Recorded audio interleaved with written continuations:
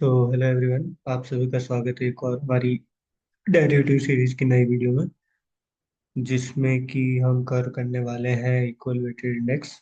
इससे पहले हम टाइप्स ऑफ इंडेक्स पढ़ रहे हैं बाय द वे, और दो टाइप हो चुके हैं। ये थर्ड टाइप रहेगा इक्वल वेटेड इंडेक्स। तो आप वो दोनों, और उससे पहले एक चैप्टर भी हो चुका है, तो वो सब चीज़ें आप देख के आएंगे तो आपके लिए बेनिफिशियल रहेगा।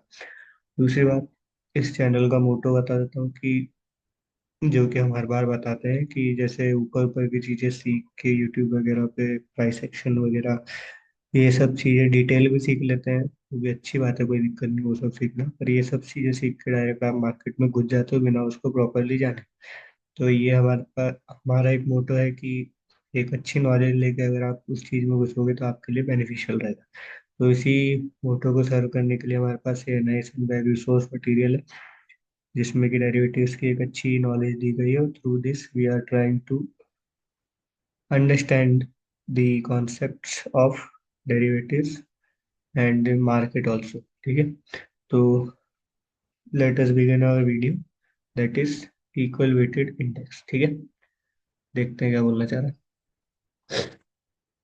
An equal weighted index is one in which all stocks included in the index have the same weightage। ठीक है, तो इक्वल वेटेड इंडेक्स क्या होता है? इसमें कि जितने भी स्टॉक्स इंक्लूड किए गए हैं उन सबका क्या हो, सेम वेट हो। ठीक है, उस इंडेक्स में the number of shares of each stock is adjusted in such a way that the weight of each stock in the index is the same। मतलब इंडेक्स में बेसिकली स्टॉक्स कैसे रखते हैं, उनके शेयर्स रखते हैं तभी वो स्टॉक्स गिनाता है उसमें। तो वही बोल रहा है कि जो नंबर ऑफ शेयर्स रहते हैं हर एक स्टॉक्स के, जितने भी उसमें स्टॉक्स इंक्लूडेड इंडेक्स में, उनको इस तरीके से एडजस्ट किया जाता है कि उन सबका जो एट दी एंड वेट बने वो उस इंडेक्स में सेम बने। ठीक है, कुछ भी ऊपर चीज नहीं, बिल्कुल सब सेम सेम लेवल पे। ठीक है, आगे बढ़ते हैं। Subsequently if there is any change in the market price of each stocks, अगर किसी भी स्टॉक के मार्केट प्राइस में कुछ भी चेंज हुआ, the wait of each stocks will change. तो सीधी सी बात है, उस हिसाब से वेट उस इंडेक्स में उस स्टॉक का बदलेगा। अगर बढ़ेगा तो बढ़ जाएगा उसका भी वेट, और गिरेगा तो गिर जाएगा उसका भी weight. To maintain the same equal weights as earlier, the fund manager need to sell those stocks that have increased in price and buy the stocks that have fallen in price। तो भाई अगर इस wait को अपने को same रखना है, equal weighted index नाम दिया है अपने, तो सबका वेट सेम रखना ही पड़ेगा। तो अगर अपने को रखना है तो जो फंड मैनेजर रहेगा वो क्या करेगा, जो स्टॉक्स इंक्रीज हो चुके हैं प्राइस में उनको सेल करेगा, और जो स्टॉक्स गिर गए हैं प्राइस में, फॉल इन प्राइस हो गया है जिन स्टॉक्स में, उनको क्या करेगा, बाय करेगा। तो इससे उनका क्या रहेगा, इंडेक्स में वेट वैसा का वैसा ही रहेगा। ठीक है, जो ज्यादा बढ़ गया उसको सेल कर देगा, और जो कम हो गया उसको बाय कर लेगा। ठीक है, तो वेट क्या हो जाएगा, एट द एंड सेम हो जाएगा, जो कि अपने इंडेक्स का मेन मोटो इस टाइप का, इक्वल वेटेड इंडेक्स। ठीक है, तो ये तो मेन थ्योरेटिकल बात थी, जो अपने को मेन चीज पता चल गई कि ऐसा इंडेक्स जिसमें हर स्टॉक की जो वेट है वो इक्वल रखे अपन, उसको इक्वल वेटेड इंडेक्स बोल देंगे। ठीक है, फिर एग्जांपल दे रहा है आगे। The following is an example of the computation of an equal weighted index. तो इक्वल वेटेड इंडेक्स कैसे कंप्यूट होता है उसके बारे में बता रहा है। तो नेम ऑफ स्टॉक दिया है पहले, PQRS। ठीक है, प्राइस ऑन जनवरी 1 1995, 100 150 125 200। ठीक है, क्वांटिटी की बात करें, 300 200 240 150, इतनी क्वांटिटी उस इंडेक्स में डाल रखी इस स्टॉक की। ठीक है, इस प्राइस के हिसाब से। ठीक है, वैल्यू एज ऑन जनवरी 1 1995 कितना हो गया, 300 × 100 दैट इज 30,000। इस स्टॉक की वैल्यू है उस इंडेक्स में। ठीक है, 200 × 150 30,000 अगेन इस स्टॉक की वैल्यू है दैट इंडेक्स। ठीक है, at that price. 125 × 240 that is 30,000 again.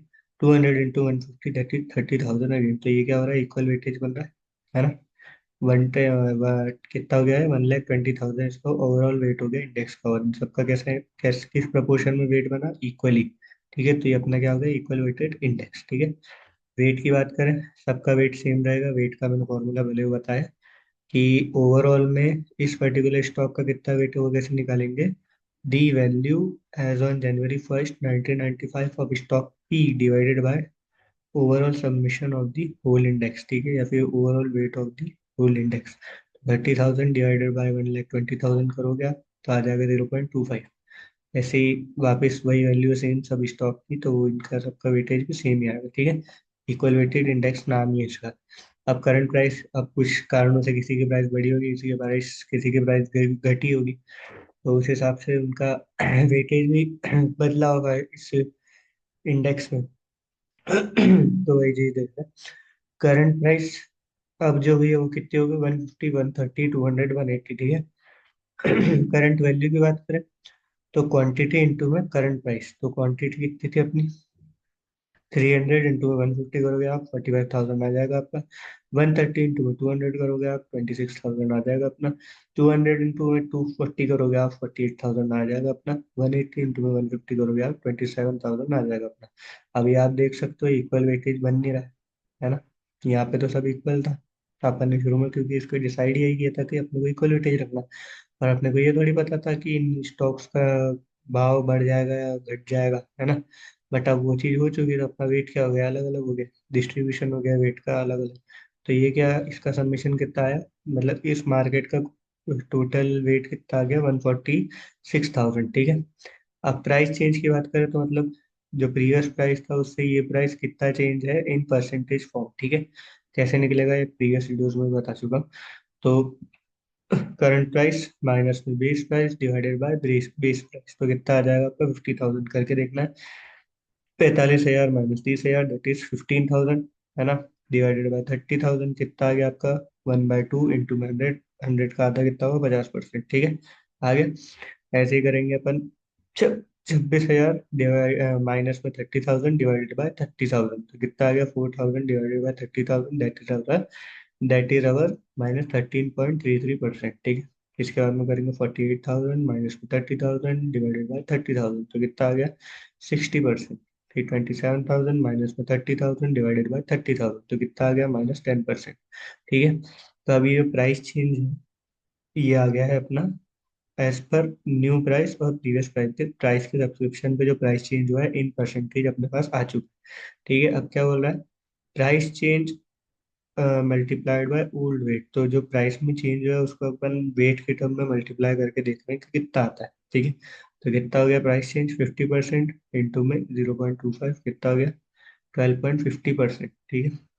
13.33% into में 0.25 कितना आ गया, -13.33% इंटू में 0.25 कितना आ गया, -3.33%। 60% इंटू में 0.25 दैट इज 15%। -10% इंटू में 0.25 दैट इज -2.50%। इसका टोटल क्या है, कितना आ गया, 2.61। तो ये क्या हो गई अपनी, इसकी अपन ने वैल्यू कितनी, ये अपना इनिशियल इनिशियल जो इंडेक्स था वो था, ठीक है, इक्वली प्राइस्ड, इसमें अपन ने वेट किया था सब। तो इसकी वैल्यू अपनी, अगर बेस वैल्यू अपन मान भी ले 100, है ना, जैसे कि अपन हर बार ही लेते हैं कि कोई नया इंडेक्स बना तो इसकी बेस वैल्यू अपन 100 मान लो, है ना। तो उस हिसाब से इस प्राइस चेंज के बाद में इसका इंक्रीज कितना हो गया, 21.67%, ठीक है। इस पूरे वेट का जब नया वेट निकल के आया तो मतलब ये अपन ने वही निकाला ना कि प्राइस चेंज होने के बाद में क्या वेट बन रहा है इस इंडेक्स का। तो इस इंडेक्स का जब अपन ने टोटल लगाया तो ये आ रहा है 21.67%, मतलब आपकी बेस वैल्यू से जो इंडेक्स है वो कितना बढ़ गया है, 21.67%, ठीक है। तो अब इसको वापस से इक्वल वेट बनाने के लिए क्या करना पड़ेगा, ठीक है। वही चीज ये पूरी जो अभी अपन ने कथा समझी हिंदी में या सरल भाषा में, इसी को इंग्लिश में पूरी यहाँ से यहाँ तक दिया हुआ है, तो ये भी पढ़ लेते हैं आपकी सहमति हो तो। वैसे तो होगी भी, पढ़ना ही, ठीक है। आगे बढ़ते हैं। Consider N index constructed on January 1 1995 with 4 stocks, ठीक है भाई। The number of shares of each stock is adjusted in such a manner that the value of all stocks in the index is equal.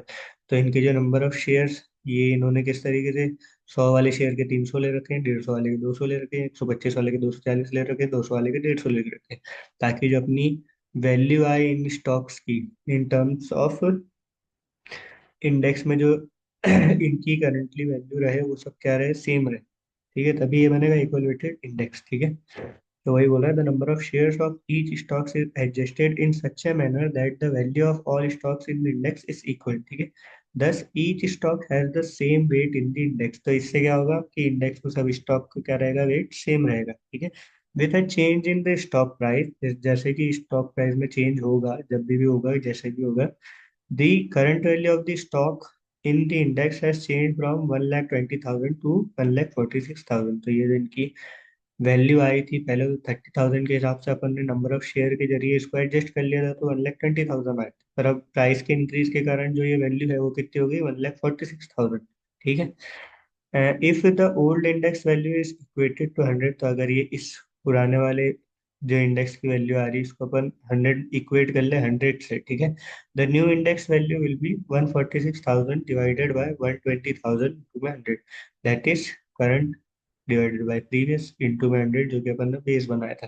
तो कितना आ गया, 121.67। ठीक है, कितना आया, 121.67। ये हो जाएगी अपनी current value of the index. ठीक है।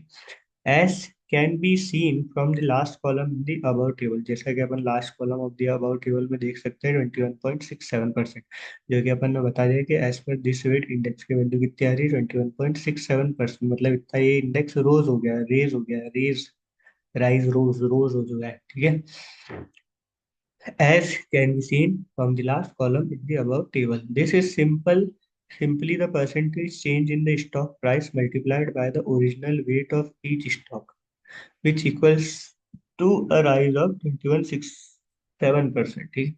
तो जी क्या बोल रहा है, the as can be seen from the last column of the above table, जो कि सिंपली क्या है, percentage change in the stock price multiplied by the original weight of the each stock. तो यही बोल रहा है कि प्राइस चेंज हुआ स्टॉक में इंटू में जो प्रीवियस इनका वेट था in this equal weighted index, उससे अपन मल्टीप्लाई करेंगे तो आ जाएगा अपना चेंज इन जो अपनी वैल्यू इंडेक्स में जो अपना वेट था। ठीक है, change in weight of these stocks in index. ठीक है, तो वही चीज वो बता रहा है, original weight of each stock which equals to the rise of 21.67। तो इस कारण से because of the change in price the what can we say weight of each stocks in this particular index has risen to 21.67%। ठीक है, मतलब इतने percent से इन इस भाव में अंतर के कारण इस जो इंडेक्स में है ये इन स्टॉक्स का वेट बढ़ के कितना हो चुका है, 21.67%। ठीक है, विद द चेंज्ड प्राइस। अब ये जो इसको वापस से अपन कैसे बनाए इक्वल वेटेड, प्राइस चेंज होने के बाद में उस चीज के बारे में यहाँ पे बात होगी। ठीक है, with the change price stock P and stock R have a weight greater than 25%। तो जो स्टॉक P है और स्टॉक R है, ये क्या बोल रहे हैं, इसका जो वेट है अपना प्राइस चेंज होने के बाद में कितना है, मोर देन 25%। तो कितना हो रहा है, 50% ज्यादा ही, 60% ज्यादा ही। ठीक है, 25%। while stock Q and stock S have a weight lower than 25%। तो क्या हो रहा है, स्टॉक क्यू और आर जो है, क्यू और एस जो है, उनका क्या है, माइनस में चल रहा है और उल्टा 25% से भी कम। ठीक है, तो ये फिर बोल रहा है the fund manager will then have to rebalance the index to restore equal weight. तो फंड मैनेजर को क्या करना पड़ेगा, इस जो स्टॉक है इसको रिस्टोर करना पड़ेगा इक्वल वेट के लिए, कैसे, रीबैलेंस करके इन इंडेक्स को। ठीक है, इन इंडेक्स को रीबैलेंस करके वो क्या करेगा, इक्वल वेट में कन्वर्ट करेगा वापस। This can be done by selling appropriate quantities of stock P and R. जो पी और आर है जिनका 25% से ज्यादा इस होल इंडेक्स में कंट्रीब्यूशन है, इनके क्या करेगा वो, शेयर सेल कर देगा।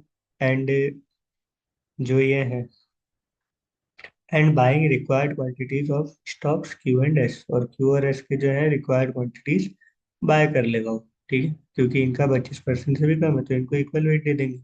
ठीक है, तो जिसका ज्यादा है उसको बेच दिया, उसको कम पे लिया है वापस, उसका 25% से ज्यादा था तो उसके बेच के वापस 25% पे लिया है। और जिनके कम थे उनको क्या किया, 25% से कम है तो उनको और लिया है खरीद के वापस 25% पे। तो 25% ऐसा कुछ फिक्स नहीं रहता ये, ऐसे एग्जाम्पल के लिए 25% लिया है या दिया है, कुछ फिक्स रहता तो उसमें अलग से लिखा रहता। ठीक है, अभी फिलहाल मेरे को इतना लग रहा है नहीं है ना। कुछ भी क्रिटेरिया हो सकता है, कहीं 50% हो जाए, कहीं 75% हो जाए, as per the fund manager हो सकता है। तो ठीक है गाइस, आज की वीडियो में आज के टॉपिक में इतना ही था, इक्वल वेटेड इंडेक्स। ठीक है, कुछ भी दिक्कत आई हो टॉपिक में, एग्जाम्पल में कुछ भी दिक्कत आई हो तो फील फ्री टू कमेंट, और we will try to talk to you in comment section. तब तक के लिए like this video, subscribe to this channel and keep watching. Thank you.